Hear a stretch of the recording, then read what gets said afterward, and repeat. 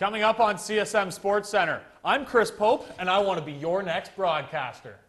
Coming up on Sports Center, growing for it. Salo suits up as Vancouver tries to even the series with the Hawks.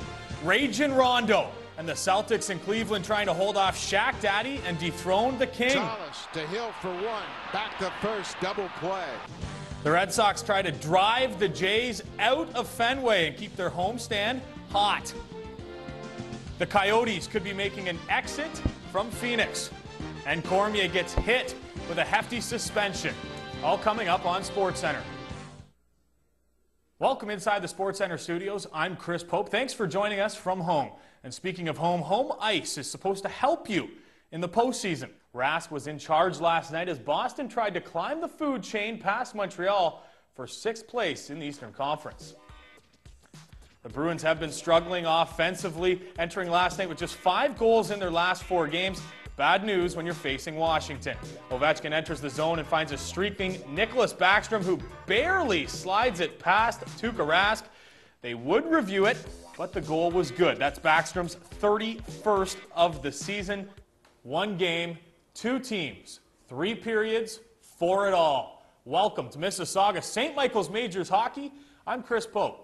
We can now send it over to the Urbandale Center in Ottawa for Game 7 of the Eastern Conference Finals between the Majors and 67s. We get things started with our broadcast team of Mike Dixon and Mark Tessier. Guys, coming into tonight's Game 5 between the Boston Celtics and the Cleveland Cavaliers, people have been curious if it's actually Rajon Rondo wearing number 9 for the Celtics or if it's Michael Jordan. Rondo has averaged just under 22 points a game against the Cavs, 13 assists and over 8 boards.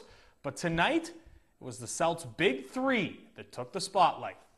The Western Conference is always a toss-up when it comes to the playoffs, and this year there are plenty of storylines heading into the opening round.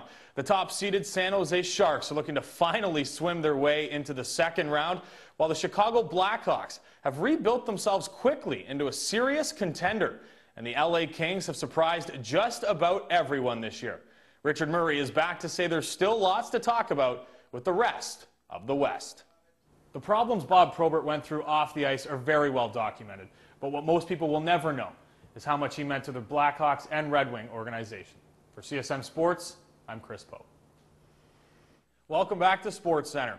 The Philadelphia Phillies had lots to be happy about going into yesterday's matchup with the Washington Nationals. They had a chance to show off their newest ace, Roy Halladay, who had a 24-inning scoreless streak dating back to last year. March Madness, from 64 to 32 to 16 to 8. Well, you get my point. It was a long road for any team to make it to last night's national championship game. But the Duke Blue Devils had to be weary of a team that has won 25 straight games. It may be the most intriguing matchup of the Western Conference and maybe even the entire NHL playoffs. A franchise that up to this year's training camp didn't even have an owner, taking on a franchise that's had the same owner for 30 years. Franchise that has a total of 10 playoff wins in its entire existence, taking on a franchise that has 11 Stanley Cup championships. A franchise who's been in their city for 14 years, taking on a franchise who was founded 74 years ago. Richard Murray takes a deeper look into the Phoenix Coyotes against the Detroit Red Wings. Tomorrow night in the NHL, 2 big Eastern Conference matchups.